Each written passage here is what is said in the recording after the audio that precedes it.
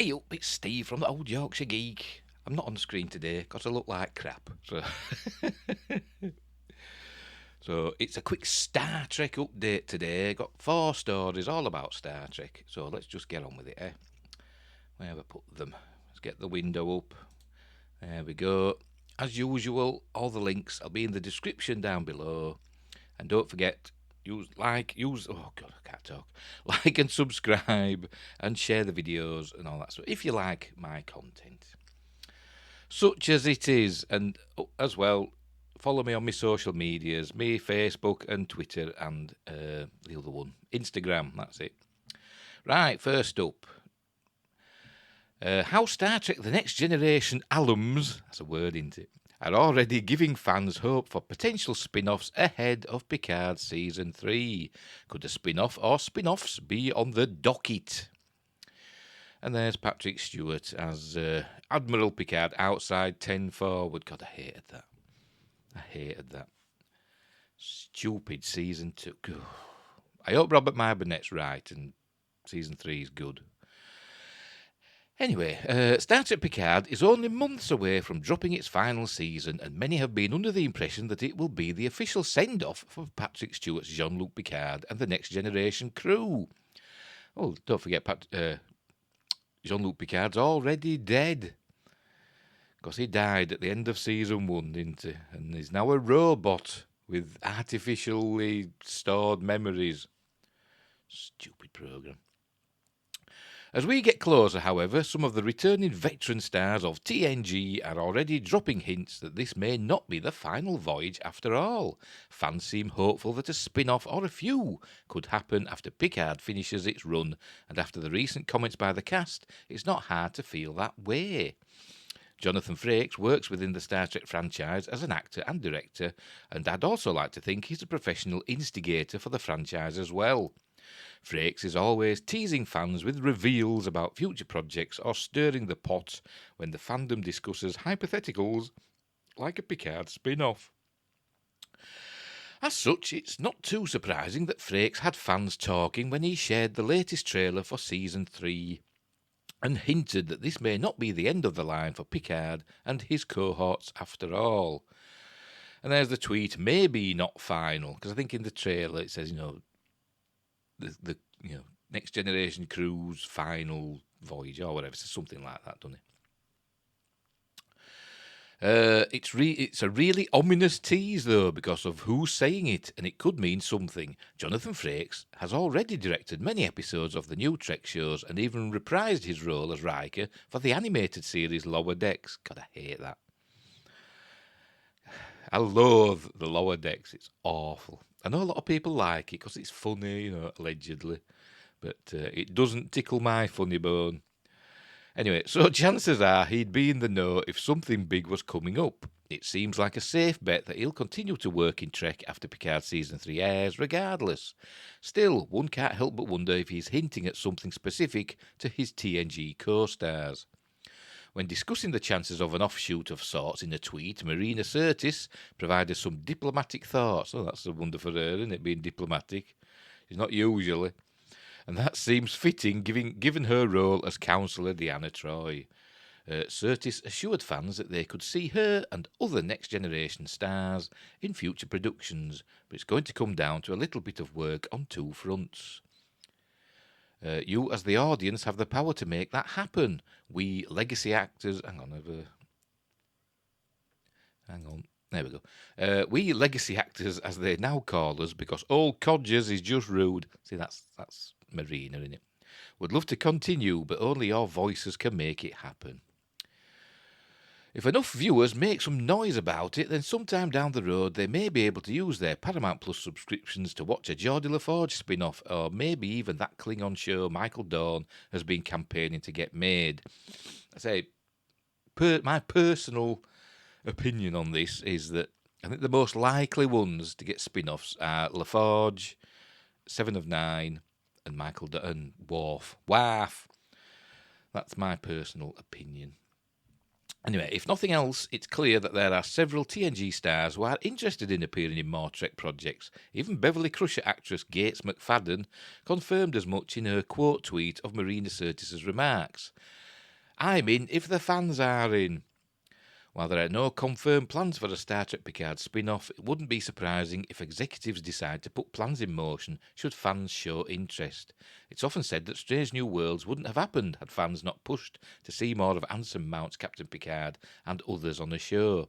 And that worked out pretty well if you look at the critical and fan response to that Trek spin-off. I like Strange New Worlds. I think it's really good. But yeah, I think the fan response to Anson Mount Pike made Strange New Worlds happen and kind of pushed Alex Kurtzman's Section 31 onto the back burner. Thank God. The same could happen for a Picard spin-off, but with so many Trek shows already running and a couple still in development, there's just so much to consider in regard to whether a Next Generation connected spin-off could actually happen. We'll just have to wait and see how Season 3 is received and whether fans are truly up for more adventures with the crew. Star Trek Picard Season 3 premieres on Paramount Plus on Thursday, February 16th. 4 months away.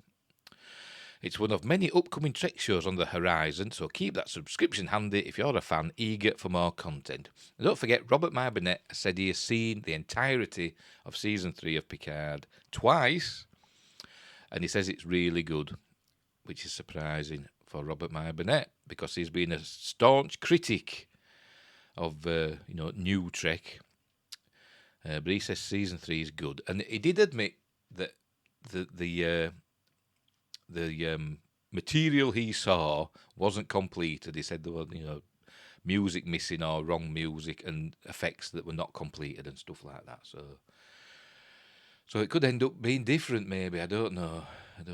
But there we go. So, as I said, my personal opinion is that if we're going to get spin-offs, I think 7 of 9, Commander 7 of 9, or even the Captain 7 of 9 spin-off, would be the most likely, followed by, LaForge and Worf, maybe together, maybe LaForge and Worf together, in like a buddy cop Star Trek adventure.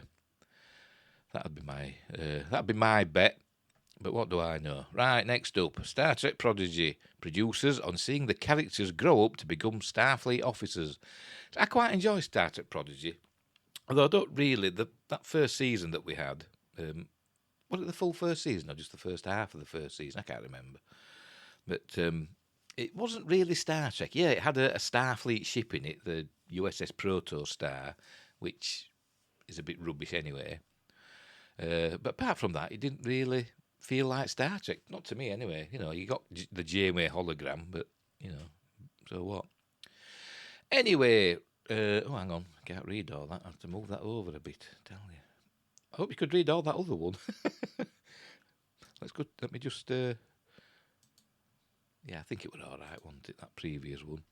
I've been reading away and the writing could have been chopped off the page because I didn't move it over. Anyway, never mind. Right, at New York Comic Con, Trek Movie joined a group press interview with members of the cast and producers from Star Trek Prodigy, which returns with the second half of Season 1 on October 27th. Oh, that's just answered my question. The interview with executive producers and co-creators Dan and Kevin, I don't know how you pronounce that, is it Hageman, along with co-executive producer, director Ben, is it another one? That Hyben. They should have like a little phonetic in brackets after every surname, particularly American surnames, because I know I say this every time, but I never know how to pronounce things. Focused on the future of the show and what we can expect for the core characters, more legacy characters, merchandise, and more. Note, the interview contains some minor spoilers, which has been edited for brevity and clarity. That's something I'm lacking, is clarity. What made you decide to bring O'Connor into Prodigy? That's another one you say. I always called him O'Connor. Even though in the episode, the outrageous O'Connor, we're told that he's called O'Connor, but for some reason, I always pronounce it O'Connor. Because I'm an idiot. And O'Connor just sounds too Irish. Anyway, Dan, I won't say the surname, Dan, I think we had a laugh about that episode, Outrageous O'Connor, in the writer's room, and we love that he was like this 2-bit Han Solo. It's another thing that's confusing about Prodigy. Where is it set? They said it's Delta Quadrant, but where in the Delta Quadrant? I mean, we've seen Kazon in it, and they're way over the other side of the Delta Quadrant. From the Alpha Quadrant side, so is it in the middle of it? Is it? I don't know where it is. It don't make it don't make it entirely clear. Anyway, where were we? We just thought, can we? And then we found out that we could get him. We were like, let's do it. Billy Campbell was great too. I remember the first artist renditions that we did of him were more tasteful, and he said, no, you should really let him go, give him an eye patch. And then that rippled to when he was on Lower Decks. We were like, got to get an eye patch on him, got to keep this canon. Kevin, when we were recording Billy, he loved bringing the character back because he looked back and said, I didn't do a very good job and I think the script was going through changes, and so he said, I would love what you guys could do to give him a second chance.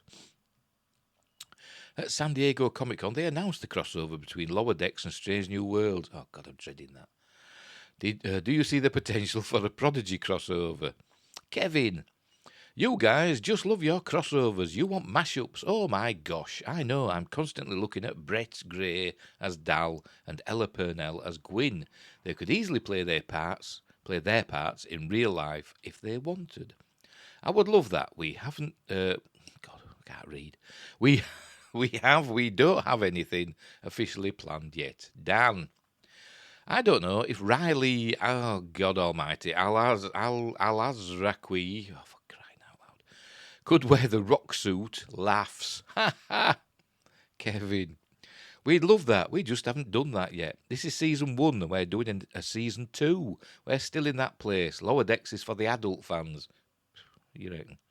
They're instantly going into Easter eggs. It's just one big Easter eggs, Lower Decks. God, I hate it. We want to do the greatest hits right now. It was fun to do the Kobayashi episode, and I do love those episodes like DS9's Trials and Tribulations, not Tribulations, Tribulations. Those clever crossovers, hopefully more. There's all this Star Trek history with over 800 episodes and so many characters. Is there a vault somewhere that you guys can pick characters out of? It's called Wikipedia, I suppose, or Memory Alpha. That's what they do, I think, half the time. They just look them up on the internet.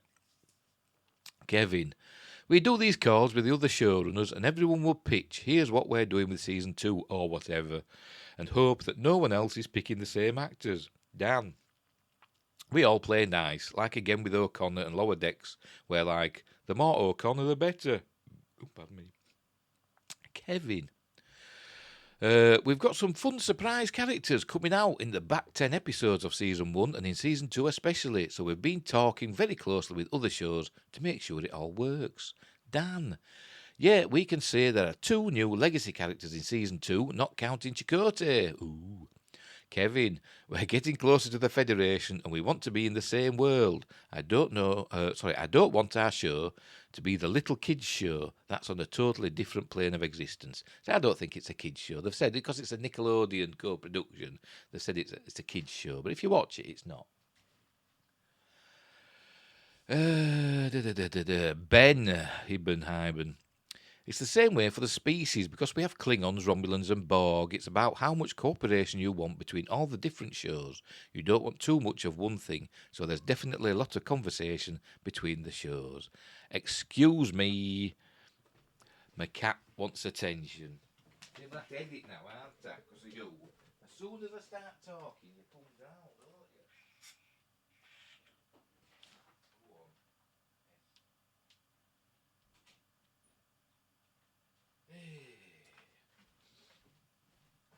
Cats and kids. You know what? I'm going to leave that in. I don't care. I'm not going to edit it out. Princess, my cat, wanted to go outside. Anyway. And there's O'Connor and the other Lower Decks crew. Both Lower Decks and Prodigy, not Lower Decks, Prodigy crew. Both Lower Decks and Prodigy have returned to the classic Klingon design. Is that something the studio decided, or did you guys decide on that? Because the Alex Kurtzman Klingon design is bloody awful. I'm glad that's been ditched. Because remember, Worf in season 3 of Picard is Worf that we know. Is not some silly, Kling orc. God. Ooh. Ben, I think the way we've been looking at the Prodigy style is to really embrace what was there, rather than completely reinventing just to stylize to fit within that visual reality. Because these designs are great. They are really fulsome. That's a word, isn't it?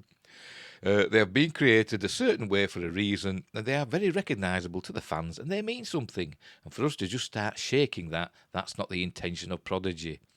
And Kevin, and we're introducing people to Star Trek for the first time. These episodes are the greatest hits, and I want to sell it to you guys. He keeps saying that, doesn't he? Greatest hits. That's trouble. They keep going back, don't they? Saying it's greatest hits with doing Easter eggs and all that. Just tell an original story. Yeah, occasionally have a familiar face pop up, but don't do it all the time. Kevin, I'm finished now. With creating shows that are for a younger audience, how do you stay cognizant of teaching lessons without feeling like you're looking down upon kids and trying to dumb things down? Kevin, we're trying to teach and remind ourselves of the same lessons. Dan, I think the best way to learn lessons is through failure. I think that's what makes it difficult for these kids.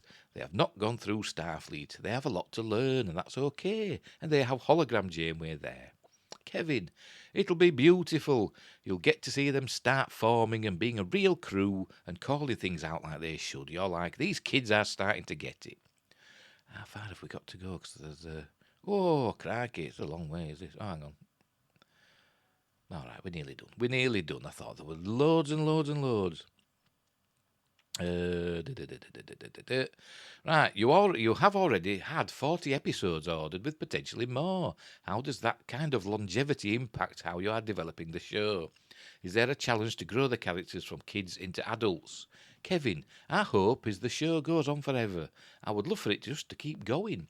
We've told Riley we're not going to replace you. I don't want Rock to stay the same age season after season. If her voice changes, we're going to continue to have her grow up. And I want these characters to become young adults and someday adult crew members. Dan. But if Brett's voice drops, he's out. Laughs. I just love listening to his voice. What kind of merchandise would you like to see for Prodigy? Dan. The Protostar ship, and we've seen it. It's lived up to our expectations, and it was a really good price point too. I don't like it. I don't like it's got a bridge window, and I don't like this that engine that it's got. That like transwarp engine, whatever they call it. I don't know what they call it. I don't like it. Anyway, Kevin. It went above. I've just read that. No. It went above our expectations. Ben helps and gives them notes. He loves toys. Ben, I do like toys, and we'll have more than one vehicle. I won't say what it is, but it's really great. It's really exciting. Seeing the blank page, inventing designs, all working together towards this one look and into a tangible thing. Dan, the figures are really beautiful. Kevin, we are just 10 episodes in. My hope is that we are going to get more kids so that we can have more toys. We will be having our action figures. When I grew up, I had the Star Wars action figures. When there was a new movie, there will be 30 different action figures, even the smallest characters. I know we're going to have our main cast as action figures, but I would love to see a lot of our smaller characters, like an O'Connor action figure. Dan, when we were working on Ninjago, even now there's people who are just starting to watch Ninjago and they're loving it. That's like a Lego thing, isn't it, I think? That show's been on for 15 seasons now, so it's amazing that you have kids grow up and then another set of kids come in. What do you think it is about Star Trek that has allowed it to endure for decades? Dan. I think it just opens your imagination in an adult way. People have grown up with Star Wars, and with Star Trek there's something a little bit more cerebral about it. A little bit of wishful thinking of where we could go as humanity carries on. I think it's very powerful. Kevin. I love the wish fulfillment. You never know what you're going to get in every episode. So while we do keep a serialised story, we're always trying to push ourselves. Like you've got a Borg episode, a haunted house episode. Then we will do a comedic one. All the world's a stage, and so we're always trying to keep you coming back. Ben. I think it also has so many different faces. Trek as an idea, as a universe, but it's just endless. It's the story of many, not a story of one. With every iteration, with every new crew, it has that very colourful, very diverse, just hopeful set of experiences that keeps it always relevant to the time. Dan. This isn't a dig at Star Wars, but Star Wars is the same aesthetic throughout. Star Trek has always been, you never know. It's a new planet, brand new rules. It really is like an open playground. Anything can happen. I don't, I, I don't really agree with that, to be honest, but never mind. Starting the show with a group of kids who are unaware of the Federation and then become aware of it and Starfleet and how important it is to understand that there is a political world that does vastly affect you, how does that propel your writing towards this generation for learning about the world around them? Dan, I think in today's time there's a lot of stuff that feels like it's falling apart, and I think we need Starfleet more than anything right now. We want to make sure that kids today can dream about the day that we can get our stuff together, hopefully down the line. Yeah, it's a long way down the line, isn't it? That's what empowers us, wanting to tell their stories. That's about it, isn't it? Yeah, that's just the mid-season trailer. Tells us when it comes back, October 27th. So there you go. I'm looking forward to seeing what happens in Prodigy. The mid-season finale ended with, we saw the Admiral Janeway, didn't we? Aboard the Prometheus, heading out to catch up with the Protostar because she wants to find out what's happened to Chakotay and his crew. So I'm looking forward to seeing what happens with that.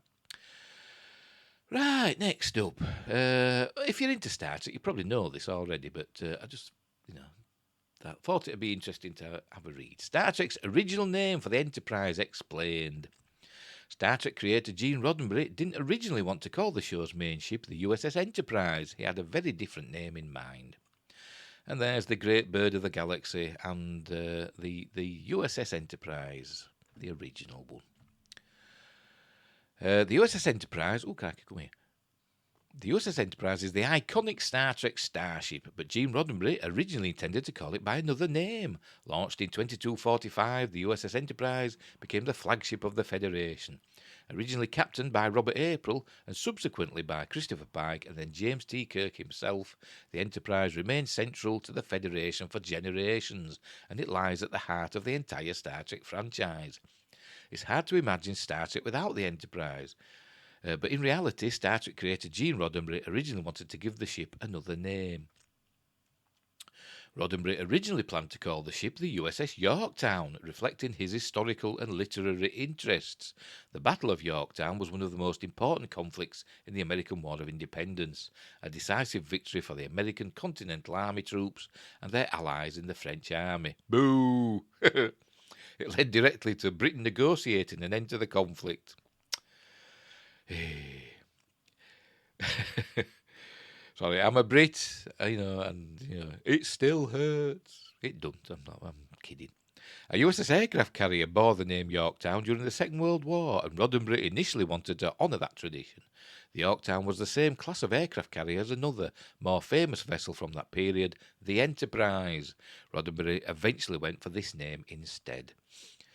The Yorktown has still had a massive presence on Star Trek, and that's from Star Trek Beyond, isn't it? That the Yorktown space station. But we'll see what it says. Right, Starfleet's vast armada of ships has often included iterations of the Yorktown. However, one appeared in the original series with the NCC 1717 USS Yorktown meeting up with the Enterprise in one episode. Are they going to mention Star Trek 4? Well, yeah, are they? No, it is. Right.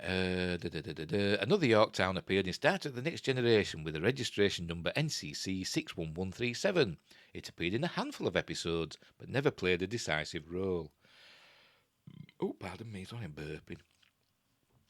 Star Trek Beyond took its Yorktown reference one step further, however, introducing Starbase Yorktown, a massive Federation starbase. This is set in Star Trek's Kelvin timeline, meaning it's possible the various USS Yorktowns never existed in this timeline, with the name used for the starbase instead. It's bloody awful. I enjoy Star Trek Beyond for the story. It was interesting, and but I didn't like the Starbase Yorktown. I mean, it's too big for a start. I mean, but it's awful. It's awful. And why build it there next to this weird place where where Idris Elba and his crew are living? It does me head in. Right, the Enterprise almost became the Yorktown in the voyage home, sort of. Right, a new version. There's the Enterprise refit, the Enterprise A. A new version of the USS Enterprise was constructed in Star Trek IV: The Voyage Home, and Roddenberry again considered tying it to the Yorktown. In his view, it would have been impossible for the Federation to construct a new starship from scratch at such speed, and they must therefore have simply renamed another ship that was already under construction. He suggested the Federation had been building a new Yorktown, and the name was switched at the last second. There have actually been nods to this idea in canon, but it's never been officially confirmed the Yorktown was the ship renamed by the Federation. But I thought, because in Star Trek 4, I'm sure it mentions the Yorktown, and the captain, played by that Indian badminton player, I forgot his name. But it mentions, the whale probe to like knock ships out, doesn't it? And I'm sure they mentioned the Yorktown there in that, and the captain saying, our chief engineer is going to, deploy a solar sail to keep the energy up, the power going. And I thought that was the Yorktown, so I thought they'd taken that were a Constitution class Yorktown, and I thought they'd just rename that ship, taking it off that captain and giving it to the newly demoted Captain Kirk. But that's what I thought anyway. Right, anyway, Star Trek Discovery has broken with tradition, although there is still a USS Enterprise in the 32nd century. The flagship is the USS Voyager J. Hopefully there will still be a USS Yorktown in that time, though continuing a different Star Trek tradition into the far future. Star Trek Discovery has been renewed for a 5th season. Why? So viewers won't have to wait long to find out if Gene Roddenberry's original Enterprise name still has a presence in the franchise. So there you go. Let's say if you're into Star Trek, you know that already, about the Yorktown and stuff. But about Star Trek 4, yeah, I thought the Enterprise A was the damaged Yorktown from the voyage home that were given a new name, a new registration. And I say it was damaged, so that's why Scotty was struggling to get everything working again after the attack of the whale probe. But anyway, but maybe not. I don't know. Right, finally, Star Trek 4 writers reveal Chris Pine and Chris Hemsworth's sequel story. Had it not been scrapped, writers for the Star Trek 4 film starring Chris Pine revealed details of a reunion adventure between Pine's James Kirk and Chris Hemsworth's George Kirk. Now that Paramount has removed Star Trek 4 from its upcoming film slate, writers Patrick McKay and J.D. Payne have shared what their Chris Pine-led story would have looked like. Speaking to Esquire, the pair who worked on Star Trek Beyond before creating The Lord of the Rings, The Rings of Power, said the 4th film featuring a reunion between Chris Hemsworth's George Kirk and Pine's James Kirk. It worked on Star Trek Beyond, but they didn't get a credit for it. And then they get $1 billion series handed to them, thanks to Daddy JJ putting in a good word. Unbelievable. Anyway, the conceit was that through a cosmic quirk, they were the same age, McKay explained at the start of the Star Trek 4 movie, starring Chris Pine. He added that it was going to be a grandfather-son space adventure. Grandfather? Sort of like Indiana Jones and the Last Crusade in space. James Kirk's father, not his grandfather. We were thrilled about it, he told the publication. The plot, which was inspired by 2001: A Space Odyssey, would also have drawn inspiration from an episode of Star Trek: The Next Generation called Relics. In the episode, Scotty is found after being trapped in a transporter for a couple of decades. A couple of decades? It's like, 70-odd years. And they're able to have a cool adventure with him. It's getting me mad, is it? Our conceit was, what if, right before the Kelvin impacted with that huge mining ship, George Kirk had tried to beam himself over to his wife's shuttle, where his son Jim Kirk had just been born. McKay continued. In doing so, Star Trek 4 would have seen the characters played by Chris Pine and Hemsworth come together for an epic adventure. That doesn't make any sense. So why would he be stuck in a shuttle's transporter buffer for 30 years, 40 years? Anyway, see what he says. The writers explained the glitch in the timeline by likening it to a text message. Think about when you send a text and you've typed it out, but you haven't quite hit send, Payne said. On the recipient's side, they see those 3 little dots that someone has typed. Similarly, the transporter would have absorbed his pattern into the buffer, but wouldn't really leave him on the other side. So George... It makes no sense, does it? So George Kirk would be trapped mid-teleportation in Star Trek 4, creating an opportunity for him to reunite with his son Chris Pine. So this shuttle is just receiving into its transporter buffer George Kirk's pattern, and then it just sits there until James Kirk grows up, does he? In this shuttle, nobody ever changes it. Nobody ever flushes the transporter buffer or wipes it. While the writing duo worked on Star Trek 4 for several years, their dream of reuniting Chris Pine and Chris Hemsworth won't be happening anytime soon. The project fell apart after director Matt Shackman was successfully courted by Marvel Studios to helm its Fantastic Four reboot. Additionally, no one from the original cast had signed up for the film when J.J. Abrams told attendees at Paramount's Global Investors Day presentation that the movie would begin filming by the end of the year because he's a con man, J.J. Abrams and his bad robot gang. Yeah, he's a cinematic antichrist. That's what he is. Everything he touches turns to poo. Pretty much. Yeah, $1 billion, nearly $2 billion or whatever dollars with Force Awakens. But that's because it were a new Star Wars.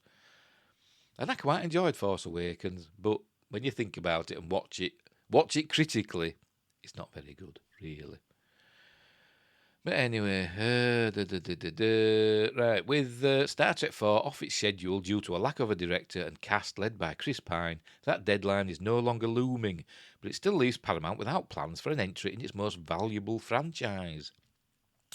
The project has been in development since 2015 as the studio hoped to reunite the crew of the rebooted Enterprise that was first introduced in 2009 Star Trek. Quentin Tarantino and Noah Hawley were also among the filmmakers who had different takes on the project. However, the studio opted to go forward with the Star Trek 4 as a 4th instalment to the Chris Pine series of films. But it's not all bad news for the franchise, as Star Trek is currently enjoying a robust presence on television with 5 ongoing series. This includes Star Trek Discovery, boo, Star Trek Picard, we'll see, Star Trek Lower Decks, boo, Star Trek Prodigy, yeah, it's alright, and Star Trek Strange New Worlds, which I really enjoy. The latest entry, Strange New Worlds, even takes place roughly in the same period as the Pine and Quinto movies, albeit in a separate timeline. Oh, that's it. That's your lot. Right, there we go. So, yeah. It'd have been rubbish because Patrick McKay, J.D. Payne, I don't know. They remind me of Alex Kurtzman and t'other fella, Roberto Orci, however you pronounce his last name. They're just a couple of not I can't say talented. I mean, what does that make me? I mean, I'm totally untalented. But there are a couple of writers, quotes, that got lucky. They fell in with the Bad Robot production company, fell in with them, got protected by, Daddy JJ, who's kind of like thinks he's the new Spielberg, but he's not. And that's what's happened. And they've dropped lucky with Rings of Power, which is not very good, to be honest. It's average at best.